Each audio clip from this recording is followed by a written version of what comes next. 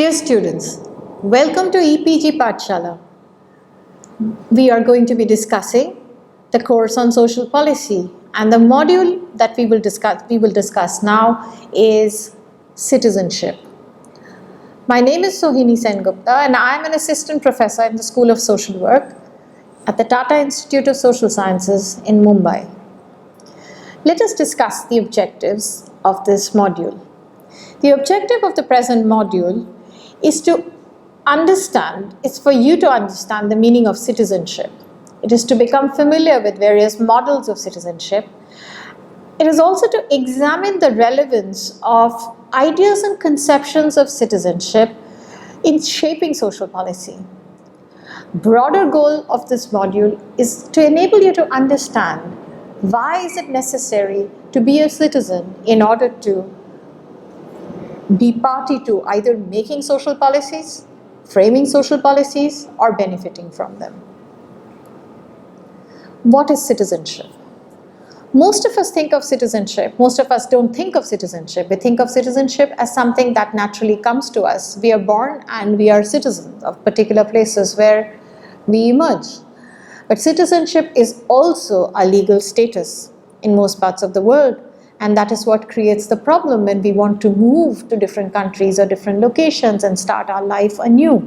We might be very law-abiding individuals pursuing our dreams and fully expressing liberal ideas about our rights. However, we will find barriers all the time because we will be asked, are you really citizens of these spaces that you are wishing to occupy? Most of the debates about citizenship is about legality of citizenship. What makes it possible for you to become citizens of some spaces and not considered to be legitimate inhabitants of other spaces? And that's what citizenship actually determines. According to the legal status position of citizenship, civil, political, and social rights are accorded only to those who are deemed as legal citizens of any particular country, say, or space or society. If you're not, therefore, the real battle about citizenship is, if you are not legally a citizen of any particular space that you inhabit, then therefore you will also not have the civil, political, and social rights that are attendant upon being a citizen. The 20th century version, or the ideas of citizenship, are sometimes based on T.H. Marshall's definition. Please look at your reading on T.H. Marshall. Citizenship and associated rights, according to Marshall, was aimed at securing political and social stability or social cohesion. So basically, how do you become citizens? You become citizens when you develop a common identity, when you start feeling that you belong to a particular space. And you also become citizens because then you acquire certain rights based on your membership in a certain group. And these rights are social, political, and civil rights. In liberal democracies, especially associated with Western Europe and North America primarily, the concept of citizenship as a legal status was related specifically to the creation of equal rights, equality of civil, political, and social rights. This is described as the universalist model of citizenship. Following the World War II, when welfare states operated on such universalist conception of citizenship, they were able to argue the logic behind spending public money to provide social benefits to a large number of people who were legal citizens of a nation. So irrespective of their abilities, irrespective of where they were born, irrespective of their social class or their abilities, they were able to obtain certain amounts of services from the government simply because they were citizens. State support was extended to citizens in order for them to cope with unemployment, ill health, old age, and other forms of contingencies. This was, in a way, to be able to fulfill the norm of being able to extend equality of rights to all members who are deemed legally citizens. Let's look at how the sociologist T.H. Marshall describes social citizenship.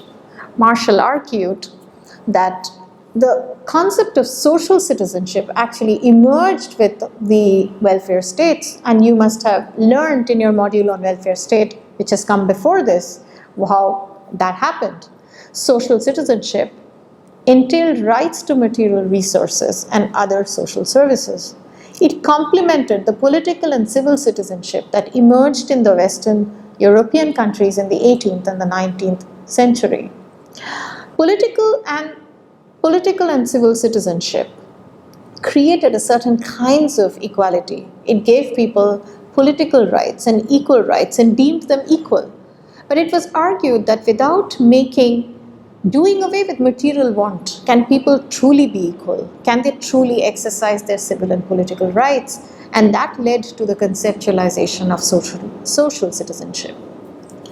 In modern societies, inequalities of classes, according to Marshall, can be offset by equality of citizenship, equal with respect to rights and duties endowed to citizenship. Now, what does this actually mean?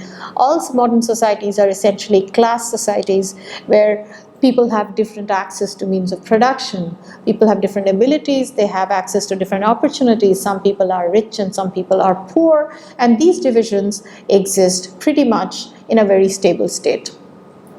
What does citizenship do in such a situation? Citizenship does not propagate social transformation. It does not say that there's going to be a revolution tomorrow and the oppressed are going to be the ruling classes of tomorrow. What it does instead, it extends an equality of citizenship and tries to offset the disadvantages that comes through societal inequalities based on the class system. And therefore, it tries to confer to citizens as much of rights as possible, including social rights. Out of all of this, social rights is the most controversial and the most latest of addition to the political and civil rights, which most governments are quite happy to give to their citizens. What does civil rights mean? Civil rights constitutes rights for individual freedom. You're familiar with these ideas already. These are things that we take for granted in modern democracies: liberty of person, freedom of speech, thought and faith, right to hold property, right to justice. The associated institutions that protect citizens' civil rights are basically court of law, which means that if anybody infringes on your freedoms, civil freedoms, you can approach a court of law for adjudication. What are political rights? Political rights, like civil rights, are also accorded to all citizens of a nation state. It means right to participate in the exercise of political power, which means you could become a member of a body invested with political authorities. You could fight elections. You could be someone who elects the political body, or you could be someone who becomes a representative in a political system. The institutions that support political rights are parliaments and local governments. Now, this might seem like something that we already have, but it is not so apparent. You will learn on the module on affirmative action policies that representation of all social groups in the political institutions of our country are not equal. In fact, representation of women is also highly unequal in the political institutions of our country, which essentially means that political rights, although it is formally extended to all citizens, is not technically available to everyone. What are social rights? Social rights are rights to economic welfare, right to participate in society, right to live in a society in accordance with the standard prevailing in a society. What does that actually mean? You may be leading a life that is so full of material want and deprivation that people don't want to meet you, people don't want to talk to you, people don't want to relate to you. In effect, you're unable to lead the kind of living that a society considers to be respectable, that is a respectable person. To become a full member of a society, the kind of life that you need to lead, you're unable to do so because you are poor. Social rights, therefore, try to argue that you cannot become a full citizen if you're unable to become a legitimate member of the community or society to which you belong, and hence social rights should be extended to people. The associated institutions are educational systems, social services. each of these elements, civil, political, and social rights, are linked with corresponding functions of the state. Because when we are talking about citizenship rights, states do have a principal role to play in enabling such rights to become a reality. Let's take the example for voting rights for women. Let's look at this image. This image is from the early 20th century, and these are the suffragettes. These are the women who were fighting for right to vote. Why were women fighting for right to vote in the early 20th century when civil and political liberties had been extended to citizens all over the world? Let's look at this image from the 1930s. This is a very famous image in the context of India. This is the Salt March. This is the Salt March. You must remember that Salt March is what was undertaken to fight against the unfair taxation policies of the British government, which was seen as denying people's right to something as basic as salt, which is part of your right to live. And just because you are colonized, so a British government was considered to be not a just government because it was denying people their basic rights. If you look at this image, this is an image in the 1960s. This is during the time of the height of civil rights movement when African American women were voting in Baltimore in North America. Before the 1960s, African Americans did not have voting rights, although the American Constitution guaranteed equality to all. So essentially, if you look at we're just taking the example for voting rights to women to realize, just to illustrate how civil and political liberties could not be taken for granted in the early 20th centuries when welfare states were already evolving in many parts of the world. So, for example, in the land of the welfare state, Great Britain, the Equal Franchise Act of 1928 held that women over 21 were able to vote and achieve the same voting rights as men, but this happened almost 30 years after all men obtained the voting right. In the United States, the 19th Amendment provided full voting rights for women. In 1920, in Canada, women achieved voting rights in 1920, but indigenous men and women only in 1950. The Electoral Law of People's Republic of China, promulgated in 1953, stipulated that women enjoy the same rights to vote and stand for elections as men. If you look at China, India, Iran, Malaysia, you'll see that many of the countries in Southeast Asia, Asia and other parts of Asia, we obtained voting rights for women right in the middle of the 20th century. So the citizenship rights as citizens that we take for granted did not come automatically to every member of the society. And one should not believe that it would always stay like that. And hence one needs to be aware of one's rights and duties as a citizen. If you look at the status of social rights in the Indian Constitution, you will see that Article 21 of the Indian Constitution talks about the protection of life and personal liberty, under which it says, no person shall be deprived of his life or personal liberty except according to procedure established by law. The Supreme Court in recent times has interpreted this to include social and economic guarantees. Otherwise, Part 3 of the Constitution, which talks about fundamental rights, usually includes only civil and political rights. Civil and political rights in India can be judicially enforced. Social rights, however, in the context of India, are located in Part 4 of the Constitution, which are the directive principles of state policy, which means that these are merely indicative or provide social and economic goals to governments, but you cannot necessarily take them to court. With what that actually means as social rights and not justiciable. So government protects your political and civil rights and guarantees them, but it does not guarantee legally your social rights. Linking parts 3 and 4 of the Constitution by the Supreme Court in recent times has made some social rights justiciable, especially through the special interpretation of Article 21. Now, citizenship can be described on the basis of 3 different concepts. Let's look at the concept of rights. Rights-based citizenship, and we are most familiar with this, consider rights as entitlements or privileges enjoyed by citizens. This empowers citizens with the option of using the court of law to safeguard their rights in any country. Citizenship in this context is seen as a legal status which offers citizens the provision of moving the court if their rights are infringed. The principle of legality, which gives legal status to all the rights enjoyed by the citizens, and equality of status, which basically tries to break down social hierarchy. By providing equality of status through the rights perspective of citizenship, what a state therefore is trying to attain is a flatter society, a more fairer society, a less hierarchical society, where privileges and opportunities are more fairly distributed. If you look at India, legal status is granted by the Citizenship Act 1955. What we have here now is an excerpt from the Citizenship Act. You can read the full text of it in the Ministry of Home Affairs website, first page. Citizenship by birth. Every person born in India on or after the 26th day of January 1950, but before the 1st day of July 1987, are deemed to be citizens of India.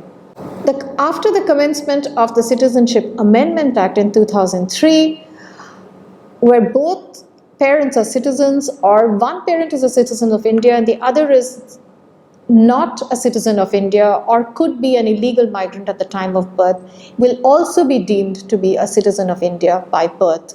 This is indeed a progressive improvement, a progressive change in policy in which one parent being a citizen will also grant a person born in India to be a citizen, even if the other parent is does not have a legal status of citizenship in the country. That was the rights perspective of citizenship. Let's look at the obligation perspective of citizenship. Obligation-centered citizenship model lies on civic virtues such as loyalty, solidarity, and trust. By becoming citizens of a particular space of a nation, you are entitled to certain rights, but you also have responsibilities and duties. Certain types of citizenship models favors the obligation part more than the rights. This model has two aspects. One is the moral obligation of the citizen towards the country. What do you do for your country? How do you contribute? The other is the instrumental view.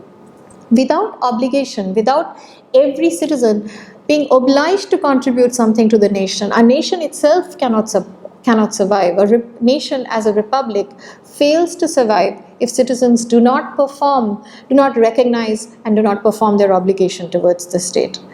What are these obligations? These obligations essentially demand of citizens to rise above their selfish individual concerns and do something for the society, for the civic body.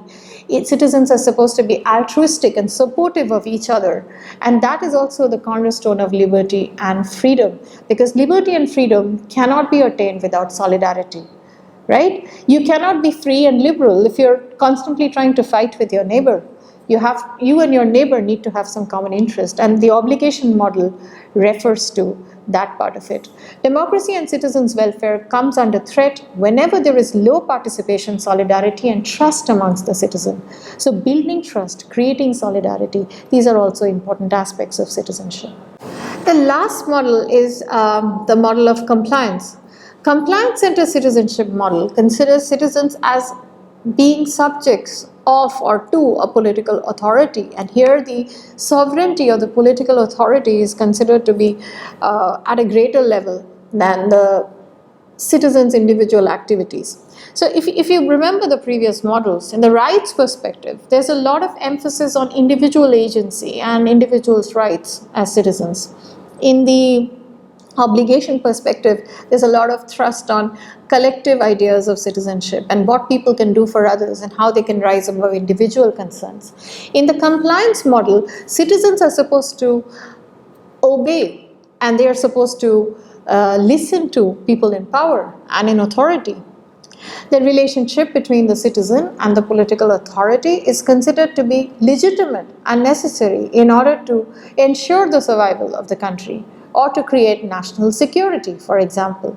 Citizens will rationally choose their leaders who in turn will have the responsibility of protecting the citizens from antagonistic forces. So in times of war or in times of any other kinds of conflict, internal or external threats to a country's security, that's when the compliance aspect of citizenship comes into force. Say, for example, during some wars in the country, when people were asked to not switch on their lights in the evening so that aeroplanes would not find your homes, and they should not be able to use you as citizens as target practice. All citizens had to comply to it, whether they wanted to have lights in their homes or not.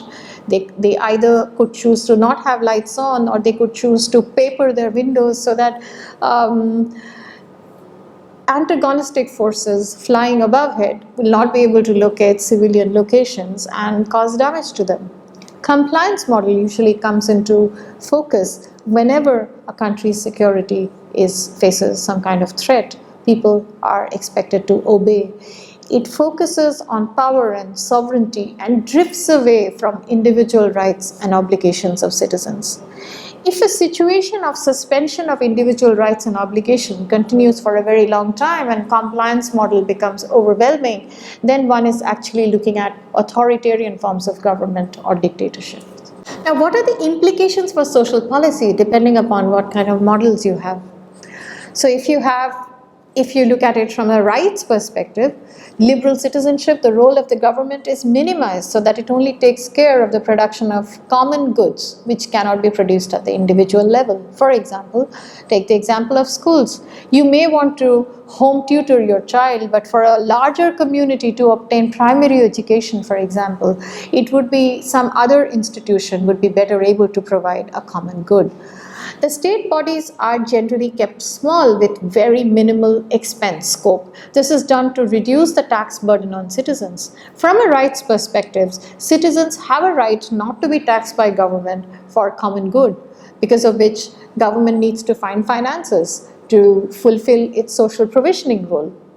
So from a rights model, the role of the government is minimal but still essential because government has to provide for common goods. According to this view, taxpayers are being taxed for the welfare of strangers, which is considered to be an infringement of citizens' benefit. If you look at the implications of social policy from the obligation model, citizens come together to debate until they reach a consensus in what a common good is.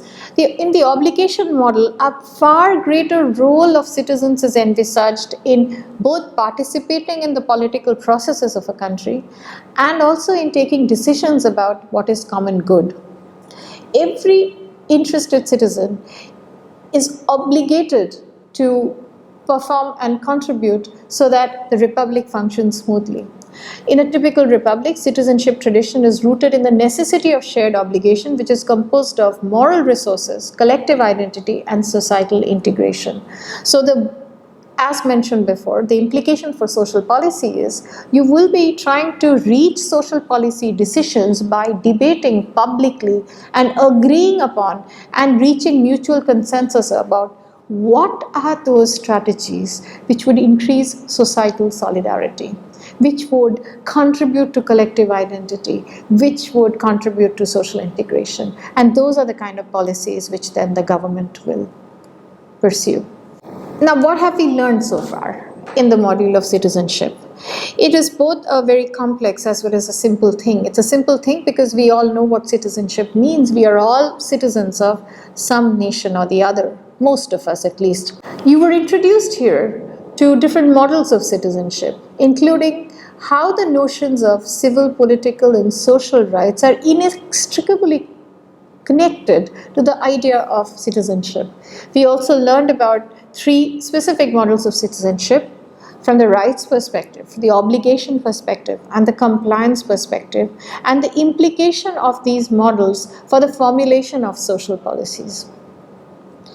Rights-based perspectives of citizenship emphasizes individual liberties and freedom and tries to minimize the role of the state.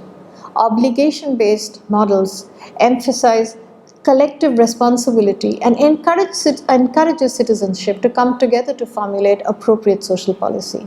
Compliance-based models are hinged upon the obedience of citizens to people in rule and power and authority for national security and other such important concerns. We also introduced to you briefly the notion of social rights in the Indian Constitution and how the social rights, which is not really part of fundamental rights in the Indian Constitution, can still be availed of by people when we look at some of the provisions under the directive principles of state policy. Thank you very much for participating in this module. We have for you some readings that would help you to further elaborate your understandings on citizenship in the context of social policy. The literature is very rich and it's very deep, and you are encouraged to look at both resources that are given here and other resources available freely on the internet. Thank you very much.